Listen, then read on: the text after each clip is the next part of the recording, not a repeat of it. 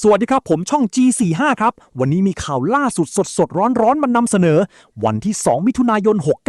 ขมรยกฝูงมาขวางการวางลวดหนามของทหารไทยในแผ่นดินไทยที่แนวชายแดนช่องบกดูแล้วคันแขวน่าจะทำปืนหลั่นใส่นาวะกูศูนย์เอาเป็นว่าเรามาดูคลิปกันเลยดีกว่าครับได้ใครโทรมาเลยมือเดี๋ยวจะเตะครับ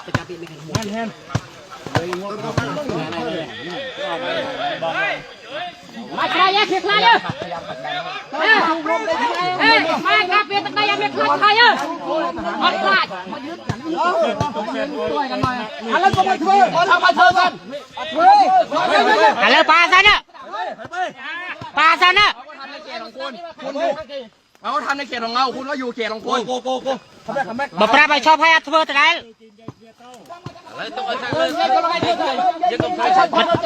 ชอบสันได้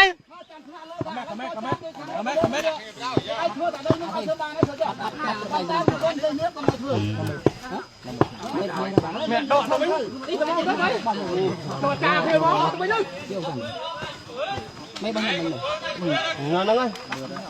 เราหมดแล้ว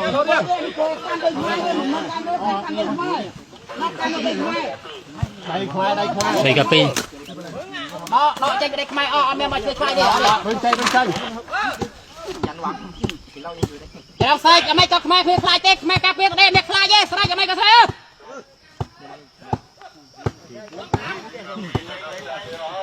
จับมือกันจับมือกันแล้วก็ทำไปดิเอาดิเลยจริงอัดเฮ้ยอัดเธอดิ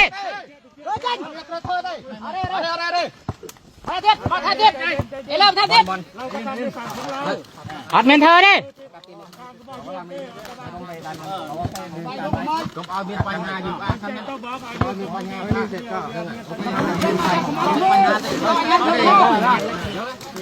ผู้กองระวังครับเธอได้ใส่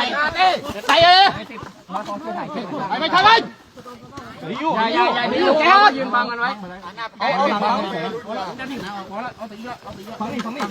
ไม่เลยอย่าพักอย่าพักเต้อย่า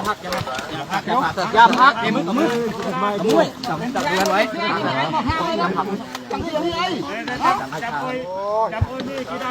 ไม่ได้ใส่ลงไอ้เธอเลยลงไอ้ไม่ได้ชักเธอเลยต้องใส่เธอยังไง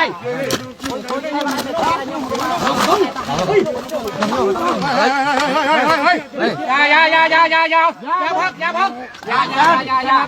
พักลูกมันอย่าจงไอ้เธอเลยพวกผมไม่ได้ทำอะไรอย่าเธอเลยไอ้ไอ้ข้างนอกเลยมันยุ่งอะไรมากันเลยยุ่งเลยมันพี่มันมาแค่เดียวเลยตันเลยหรอเอามาตู้ประตูใส่เหมือนไม่รู้เอาเป็นอะไรใครไอ้น้องนี่ดิเอาดิเยอะใจเยอะใจนายเจ้าเป็นนายเจ้ายังไงช่วยกันอันนี้เจ้าแพงนะมันเหมือนเจ้าไอ้ด้วยนะเจ้าตาปูช่วยไงตากระปูเจ้าเป็น